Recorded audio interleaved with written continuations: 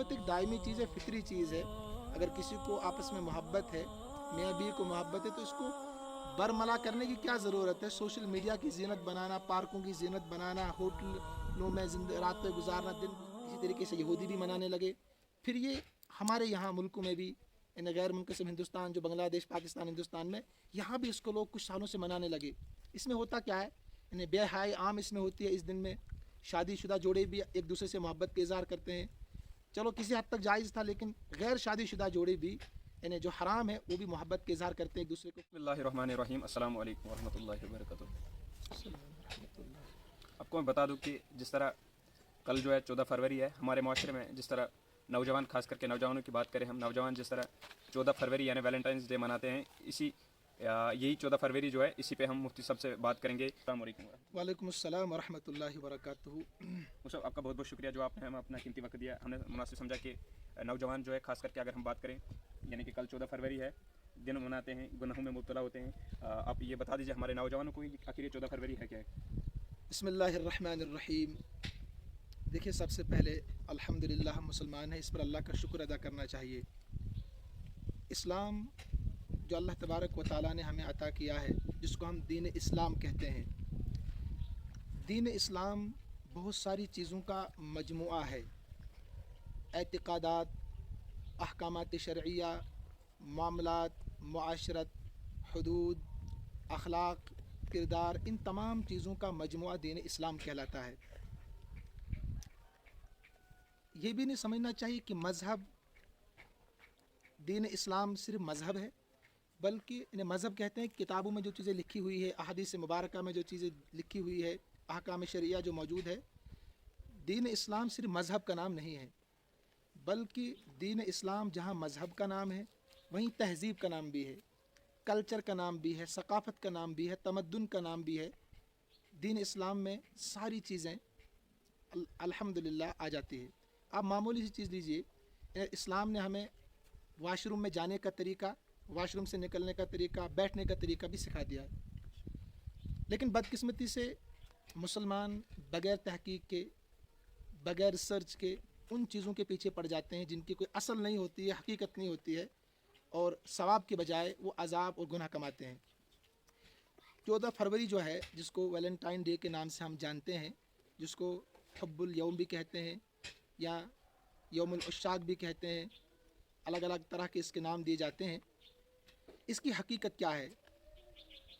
دیکھیے، یاد رکھنا چاہیے 3 صدی عیسوی میں رومن بادشاہ، جس کو کلاؤڈیس کے نام سے جانا جاتا تھا، اس کی کئی وجوہات لکھی. ایک وجہ جو ہے میں اس کو عرض کر رہا ہوں آپ لوگوں کے سامنے. 3 صدی عیسوی میں جو کلاؤڈیس ایک رومن بادشاہ تھا، وہ جنگ کا بڑا شوقین تھا، لڑائی جھگڑوں کا بڑا شوقین تھا، بڑی محبت تھی اس سے.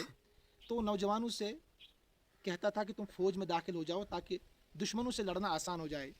لیکن لوگ اس کی طرف آتے نہیں تھے، یعنی فوج میں بھرتی ہوتے نہیں تھے. جب اس نے تحقیق کی اس کی وجہ کیا ہے، تو بتایا لوگوں نے کہ وجہ یہ ہے کہ لوگ شادیاں کرتے ہیں، پھر بیوی کی محبت میں، بچوں کی محبت میں، مال کمانے کی محبت میں وہ فوج میں نہیں جاتے، لڑنے کے لیے ذہنی طور پر تیار نہیں ہوتے ہیں. تو اس رومن بادشاہ نے ایک ترکیب سوچی کہ شادیوں پر پابندی لگا دی جائے تاکہ نوجوان شادیاں نہ کریں. جب شادیاں نہیں کریں گے تو دلوں میں مال کی، اولاد کی، بیوی کی محبت نہیں ہوگی، تو لہٰذا فوج میں داخل ہوں گے تاکہ میرے لیے جنگ کا لڑنا آسان ہو جائے. اس کے بعد جو عیسائی کی بہت ساری قسمیں ہیں، اب جو کیتھولک چرچ تھا ایک، اس کا جو پادری تھا، ان کا مذہبی پیشوا، اس کا نام تھا ویلنٹائن. جب اس نے یہ بات سنی تو اس نے سمجھا کہ ان کے مذہب کے خلاف ہے، یعنی عیسائیت کے خلاف ہے، تو لہٰذا اس نے خفیہ نوجوانوں کی شادیاں کرانی شروع کر دی. جب بادشاہ کو پتہ چلا کہ لوگ پھر بھی فوج میں داخل نہیں ہو رہے ہیں، وجہ کیا ہے، تو معلوم ہوا کہ لوگ پھر بھی شادیاں کر رہے ہیں اس ویلنٹائن کی وجہ سے، جو چرچ کا ایک بڑا پادری تھا. تو لہٰذا اس کے بعد اس کو جیل میں ڈال دیا گیا، ویلنٹائن کو جیل میں ڈال دیا گیا. ہوا ایسا کہ جو جیلر تھا، یعنی جو حاکم تھا جیل کا، اس کی لڑکی سے ہی اس ویلنٹائن کو محبت ہو گئی. تو اس سے خفیہ ملنے کے لیے آتی تھی.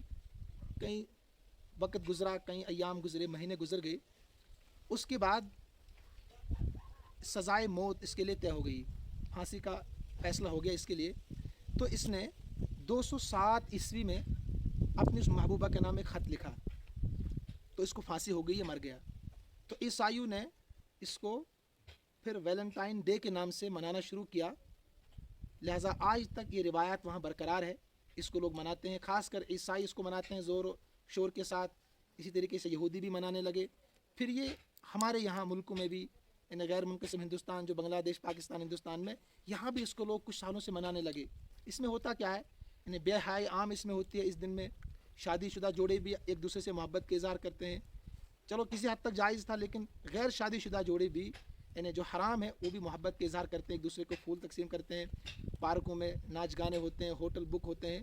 دیکھیے اسلام میں جو محبت ہے، خاص کر میاں بیوی کی محبت، اس کا اظہار کرنا لوگوں کے سامنے فیس بک پر، سوشل میڈیا پر، اس کی تو اجازت بھی نہیں اور ضرورت بھی نہیں ہے. محبت ایک دائمی چیز ہے، فطری چیز ہے. اگر کسی کو آپس میں محبت ہے، میاں بیوی کو محبت ہے، تو اس کو برملا کرنے کی کیا ضرورت ہے؟ سوشل میڈیا کی زینت بنانا، پارکوں کی زینت بنانا، ہوٹلوں میں راتیں گزارنا، دن گزارنا، خاص کر 14 فروری کا دن، یہ رات، تو یہ بے حیائی کے اڈے بن جاتے ہیں. اسلام اس کی قطعاً اجازت نہیں دیتا ہے. دیکھیے اللہ تبارک و تعالیٰ نے قرآن پاک میں ارشاد فرمایا، ان الذین یحبون ان تشیع الفاحشۃ فی الذین آمنوا لہم عذاب علیم فی الدنیا والآخرہ، کہ جو لوگ بے حیائی کو پھیلانا پسند کرتے ہیں ایمان والوں میں جو لوگ بے حیائی کو پھیلانا پسند کرتے ہیں، ان کے لیے دردناک عذاب ہے، دنیا میں بھی اور آخرت میں بھی. اللہ بہتر جانتا، تم لوگ نہیں جانتے ہو.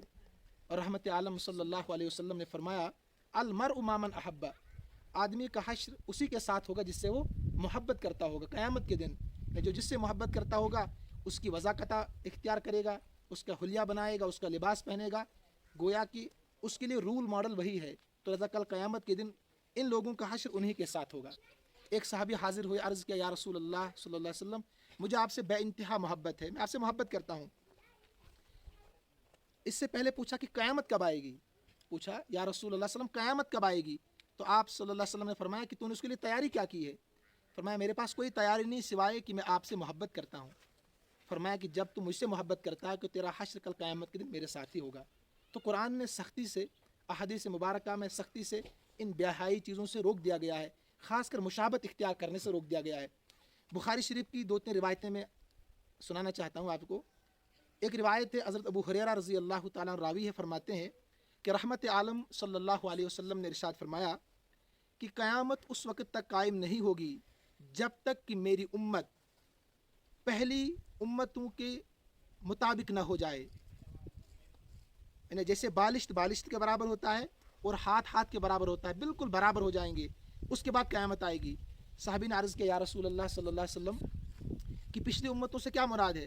کیا یہود و نصارہ؟ فرمایا اور کون ہو سکتا ہے. دوسری روایت جس میں رحمت عالم صلی اللہ علیہ وسلم نے فرمایا کہ تم لوگ قدم بقدم یہود و نصارہ کی پیروی کرو گے، قدم بقدم پچھلی امتوں کی پیروی کرو گے.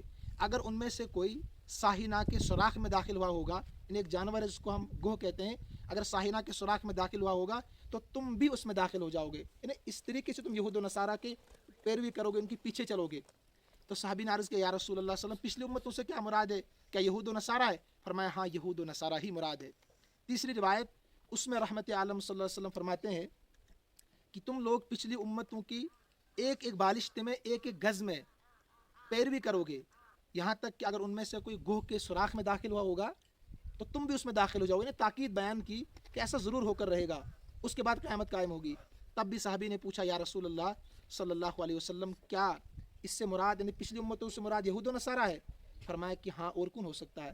تو لہٰذا آج جو ہماری امت ہے، بغیر سوچے بغیر سمجھے یہود و نصارہ جو بھی مارکیٹ میں پیش کرتے ہیں، جو نیا کوئی برانڈ مارکیٹ میں آتا ہے، سب سے پہلے مسلمان اس کو فالو کرتے ہیں، مسلمان اس کو قبول کرتے ہیں اور اس کو اپنانے کی کوشش کرتے ہیں. المیہ ایک ہے. میں نے عرض کیا کہ اللہ نے ہمیں جو دین اسلام دیا ہے وہ بہت ساری چیزوں کا مجموعہ ہے. دین اسلام صرف مذہب کا نام نہیں ہے، بلکہ اس مذہب میں تہذیب بھی ہے، تمدن بھی ہے، کلچر بھی ہے، ثقافت بھی ہے، معاشرت بھی ہے، حدود بھی ہے، اخلاق بھی ہے. تمام چیزوں کا مجموعہ دین اسلام کہلاتا ہے. لہٰذا ہمیں سوچ سمجھ کر یہود و نصارہ جو مارکیٹ میں پیش کرتے ہیں چیزیں، ہمیں دیکھنا چاہیے کہ اسلام سے یہ چیزیں ملتی جلتی ہے کہ نہیں، اسلام ہمیں ان چیزوں کے اپنانے کی اجازت دیتا ہے کہ نہیں. کہیں ایسا نہ ہو کہ نہ خدا ہی ملا، نہ وصال صنم، نہ ادھر کے رہے نہ ادھر کے رہے. تو لہٰذا رحمت عالم صلی اللہ علیہ وسلم نے سختی سے منع فرمایا ہے کہ من تشبہ بقوم فمنہم. تو لہٰذا میں نوجوانوں سے درخواست کرتا ہوں، جو لوگ اس 14 فروری کو مناتے ہیں،